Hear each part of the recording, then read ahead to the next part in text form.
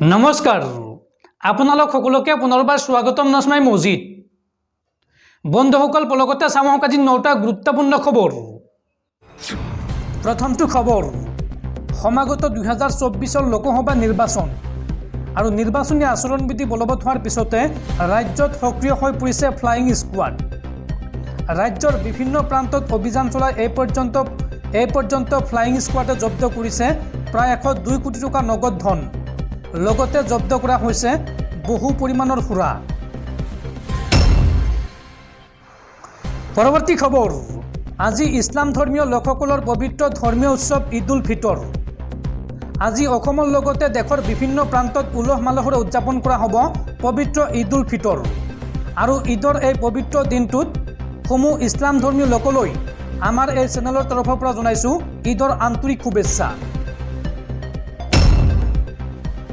পৰৱৰ্তী খবৰ নিৰ্বাচনৰ প্ৰাকক্ষণত ৰাজ্যবাসীৰ বাবে 7টা বৃহৎ ঘোষণা মুখ্যমন্ত্ৰী হিমন্ত বিশ্ব শৰ্মাৰ। হিমন্ত বিশ্ব শৰ্মাই ৰাজ্যবাসীৰ বাবে কি ঘোষণা কৰিছে চাওঁ আহক। ৰাজ্যৰ লাখ লাখ মহিলাৰ বাবে ডাঙৰ খবৰ। নিৰ্বাচনী প্ৰচাৰৰ মাজতে মুখ্যমন্ত্ৰী ডক্টৰ হিমন্ত বিশ্ব শৰ্মাৰ 7টা ডাঙৰ মন্তব্য। লাখপতি বাইদেউ আঁচনিৰ প্ৰপত্ৰ পূৰণ কৰা মহিলাৰ বাবে এই ডাঙৰ খবৰ আহিছে। 15 আগষ্টৰ পূৰ্বে লাভ কৰিব লাখপতি বাইদেউৰ ধন। প্ৰতিশ্ৰুতি দি এই ঘোষণা মুখ্যমন্ত্ৰী ডক্টৰ হিমন্ত বিশ্ব শৰ্মাৰ। আৰু লগতে মেট্ৰিক পাছ কৰা উচ্চতৰ মাধ্যমিক উত্তীৰ্ণ আৰু স্নাতক শ্ৰেণীত নামভৰ্তি কৰাসকলৰ বাবেও ডাঙৰ খবৰ আহিছে। প্ৰতিগৰাকী ছাত্ৰীয়ে বেংক একাউণ্টত লাভ কৰিব ধন।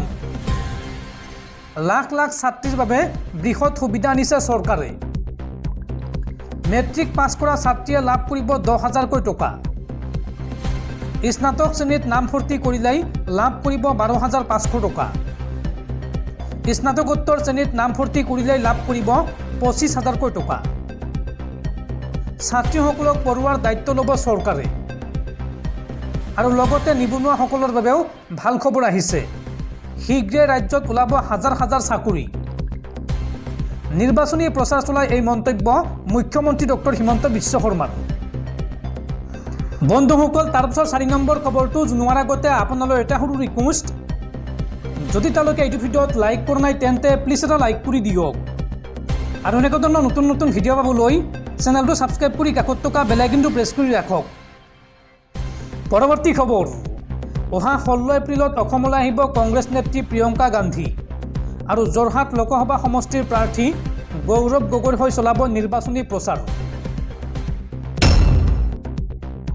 পৰৱৰ্তী খবৰ দেশবাসীলৈ ভাল খবৰ। ভাৰতত নিৰ্মাণ হ'ব টেছলা আৰু এই সন্দৰ্ভত অহা 22 এপ্ৰিলত নতুন দিল্লীত প্ৰধানমন্ত্ৰী মোদীক সাক্ষাৎ কৰিব টেছলাৰ মুৰব্বী ইলন মাস্কে।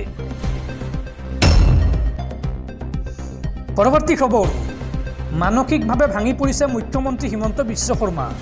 ৰাতি টোপনি নহা হৈছে হিমন্ত বিশ্ব শৰ্মাৰ। মুখ্যমন্ত্ৰী হিমন্ত বিশ্ব শৰ্মাই মুখ চম্ভালি কথা কওক। হিমন্ত বিশ্ব শৰ্মাৰ বিৰুদ্ধে পুনৰ এইদৰে সৰব হৈ পৰিছে বিধায়ক অখিল গগৈ। মুখ্যমন্ত্ৰী ডক্টৰ হিমন্ত বিশ্ব শৰ্মাই মুখ চম্ভালি কথা কওক। মানসিকভাৱে ভাঙি পৰিছে হিমন্ত বিশ্ব শৰ্মা। ৰাতি টোপনি নহা হৈছে হিমন্ত বিশ্ব শৰ্মাৰ। সেইবাবে এতিয়া আবুল তাবুল বকিবলৈ ধৰিছে। লোকসভা নিৰ্বাচনক লৈ মানসিকভাৱে অস্থিৰ হৈ পৰিছে হিমন্ত বিশ্ব শৰ্মা। ব্যক্তিগত আক্ৰমণৰ বাদে বিজেপি আৰু হিমন্ত বিশ্ব শৰ্মাই জাতীয় ইছ্যুত মাত মতা নাই কিয়? এই মন্তব্য অখিল গগৈৰ। উল্লেখযোগ্য যে অখিল গগৈক জিকাই শিৱসাগৰৰ মানুহে পস্তাইছে বুলি মন্তব্য কৰিছিল হিমন্ত বিশ্ব শৰ্মাই।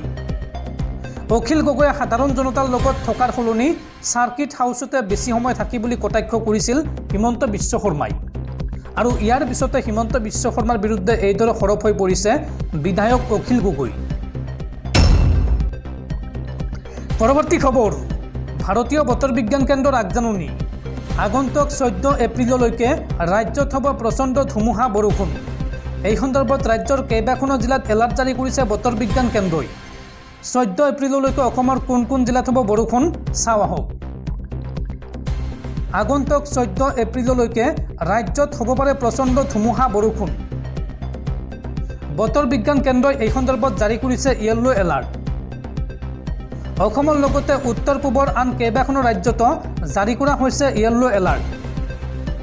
প্ৰচণ্ড বৰষুণৰ লগতে এই সময়ছোৱাত হ'ব পাৰে ধুমুহা আৰু বজ্ৰপাত। অসমৰ কোন কোন জিলাত 14 এপ্ৰিললৈকে বৰষুণ হ'ব চাওঁ আহক। তিনিচুকীয়া, ডিব্ৰুগড়, শিৱসাগৰ, ধেমাজি, লখিমপুৰ, মাজুলী, যোৰহাট, গোলাঘাট, পূব কাৰ্বি আংলং, বিশ্বনাথ, শোণিতপুৰ, নগাঁও, হোজাই, ডিমা হাছাও, শিলচৰ, হাইলাকান্দি, কৰিমগঞ্জ, পশ্চিম কাৰ্বি আংলং, নগাঁও, মৰিগাঁও, কামৰূপ মহানগৰ, দৰং, ওদালগুৰি, বাক্সা, নলবাৰী, কামৰূপ, বৰপেটা, গোৱালপাৰা, বঙাইগাঁও, চিৰাং, কোকৰাঝাৰ, ধুবুৰী আৰু দক্ষিণ চালমাৰাত জাৰি কৰা হৈছে য়েল্লো এলাৰ্ট। ৰাজ্যৰ এইকেইখন জিলাত অহা 14 এপ্ৰিললৈকে প্ৰচণ্ড ধুমুহা বৰষুণৰ সম্ভাৱনা আছে। পৰৱৰ্তী খবৰ, দিল্লী হাইকোৰ্টৰ পিছত এইবাৰ সুপ্ৰিম কোৰ্টতো মুখ থেকেচা খালে দিল্লীৰ মুখ্যমন্ত্ৰী অৰবিন্দ কেজৰিৱালে। অৰবিন্দ কেজৰিৱালৰ আবেদনৰ তৎকালীন শুনানি অনুষ্ঠিত নহয় উচ্চতম ন্যায়ালয়ত। উল্লেখযোগ্য যে মঙলবাৰে দিল্লী উচ্চ ন্যায়ালয়ে ইডিৰ গ্ৰেপ্তাৰৰ বিৰুদ্ধে অৰবিন্দ কেজৰিৱালৰ জামিন আবেদন নাকচ কৰাৰ পিছত উচ্চতম ন্যায়ালয়ৰ দ্বাৰস্থ হৈছিল দিল্লীৰ মুখ্যমন্ত্ৰীগৰাকী। কিন্তু উচ্চতম ন্যায়ালয়ে নাকচ কৰে দিল্লীৰ মুখ্যমন্ত্ৰী অৰবিন্দ কেজৰিৱালৰ আবেদন। পৰৱৰ্তী খবৰ, নাগৰিকত্ব সংশোধনী আইন চমুকৈ কাক লৈ এইবাৰ ডাঙৰ মন্তব্য কৰিছে মুখ্যমন্ত্ৰী হিমন্ত বিশ্ব শৰ্মাই। হিমন্ত বিশ্ব শৰ্মাই এই সন্দৰ্ভত মন্তব্য কৰি কয় যে কা বলবৎ হ'লে 2 কোটি মানুহ আহিব বুলি কৈ যিসকলে আন্দোলন কৰিলে, যিসকলে 5জনকৈ যুৱকক শ্বহীদ কৰিলে, তেওঁলোকে এতিয়া হিচাপ দিব লাগিব। ক'ত গ'ল সেই 2 কোটি মানুহ? এই মন্তব্য মুখ্যমন্ত্ৰী হিমন্ত বিশ্ব শৰ্মাৰ। কা আহিলে বিৰোধীয়ে অসমত 2 কোটি লোক আহিব বুলি কৈছিল। কা আহিল, এতিয়া সেই 2 কোটি মানুহ ক'ত গ'ল? লুৰিণজ্যোতি গগৈৰ নেতৃত্বত 5জনকৈ যুৱক শ্বহীদ হ'ল। ভুৱা কথাত 5জনকৈ যুৱক শ্বহীদ হ'ল। তেওঁলোকে কৈছিল যে কা আহিলে অসমলৈ 2 কোটি মানুহ আহিব। এতিয়া এই 5জন শ্বহীদৰ জীৱন কোনে দিব? নিৰ্বাচন শেষ হোৱাৰ পিছতেই মই তেওঁলোকলৈ চিঠি লিখিম। এতিয়া 2 কোটিৰ হিচাপটো দেখুৱাই দিয়ক। গাঁৱে ভূঞে ক'ত 2 কোটি মানুহ সোমাল আপোনালোকে দেখুৱাই দিয়ক। কা বলবৎ হোৱা আজি 1.5 মাহ হ'ল, কিন্তু এখনো আবেদন পত্ৰ জমা হোৱা নাই। বাৰে বাৰে আন্দোলন কৰাব, মানুহ মাৰিব, এয়া হ'ব নোৱাৰে। 2 কোটি মানুহ ক'ত গ'ল তাৰ হিচাপ দিব লাগিব। নহ'লে 5জন শ্বহীদৰ ঘৰলৈ গৈ ক্ষমা খুজিব লাগিব। নিৰ্বাচনী প্ৰচাৰৰ মাজতে এই মন্তব্য মুখ্যমন্ত্ৰী ডক্টৰ হিমন্ত বিশ্ব শৰ্মাৰ। পৰৱৰ্তী খবৰ, পতঞ্জলিৰ ভুৱা বিজ্ঞাপনক লৈ এইবাৰ বিপদত পৰিছে পতঞ্জলি আৰু বাবা ৰামদেৱ। পতঞ্জলিৰ ভুৱা বিজ্ঞাপন সন্দৰ্ভত বাবা ৰামদেৱৰ ক্ষমা ভিক্ষা নাকচ দেশৰ সৰ্বোচ্চ ন্যায়ালয়ৰ। বুধবাৰে দেশৰ সৰ্বোচ্চ ন্যায়ালয়ে পতঞ্জলিৰ বিভ্ৰান্তিকৰ বিজ্ঞাপনৰ বাবে প্ৰতিষ্ঠাপক ৰামদেৱ আৰু বালকৃষ্ণই দাখিল কৰা ক্ষমা আবেদন নাকচ কৰে। ন্যায়াধীশ হিমা কোহলি আৰু ন্যায়াধীশ এ আমানুল্লাৰ বিচাৰপীঠে কয় যে ক্ষমা প্ৰাৰ্থনাৰ কথা আমি মানি ল'বলৈ অস্বীকাৰ কৰিছোঁ। আমি ইয়াক ইচ্ছাকৃতভাৱে ইয়াক নীতি উলংঘা বুলি গণ্য কৰোঁ। সেয়েহে পতঞ্জলিৰ লগতে ইয়াৰ সৈতে জড়িত বিষয়ববীয়াসকলে শাস্তি পাব লাগিব।